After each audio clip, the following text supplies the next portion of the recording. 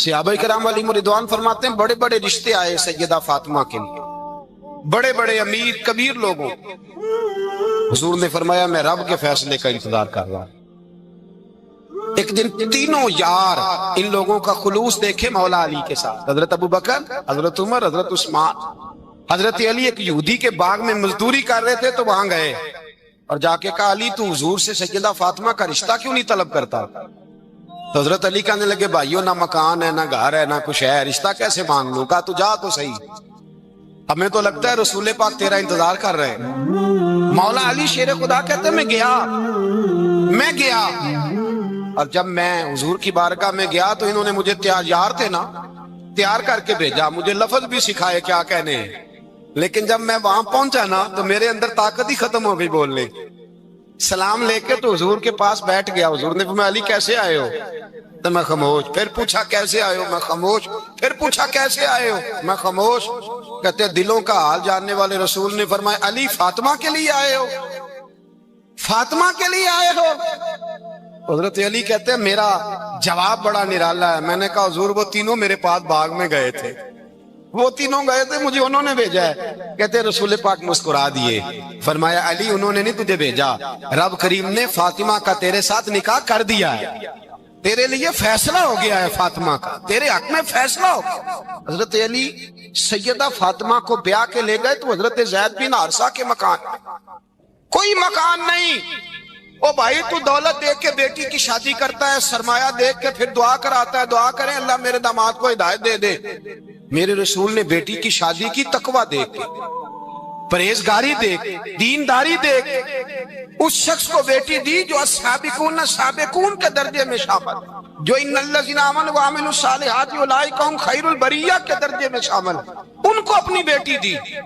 حضرت علی شیر خدا رضی اللہ تعالیٰ عنہ فرماتے ہیں کہ سیدہ فاطمہ الزہرا کو میں بیاہ کے لایا، سارے گھر کے کام حضرت فاطمہ نے کیے، میں مزدوری کرتا 2 گھنٹہ یا 1.5 گھنٹہ، زور سے عصر کے درمیان کام کرتے، 2 کلو کھجوریں ملی تو مولا علی نے اٹھا کے اپنی کمر پہ رکھی۔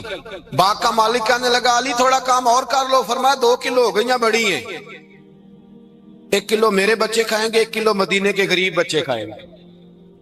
تو کہا علی کل کیا کرو گے؟ فرمایا کل جو رب زندگی دے گا وہ روزی بھی دے گا۔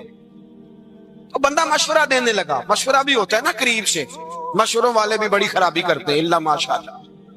کہا علی جائز پیسے تو کٹھے کر لینے چاہیے، کیا حرج ہے، جائز کٹھے کر لیں۔ تو شیر خدا نے ایک جملہ کہا پر شیروں جیسا کہہ دیا۔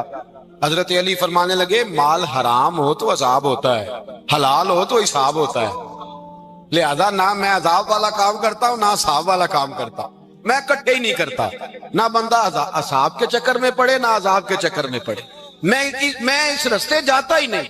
مولا کائنات شیر خدا۔ اور بھائی حضرت سیدنا ابو ہریرہ رضی اللہ تعالیٰ عنہ فرماتے ہیں میں جب اس بات کو یاد کرتا ہوں تو آج بھی رو پڑتا ہوں۔ کون سی بات؟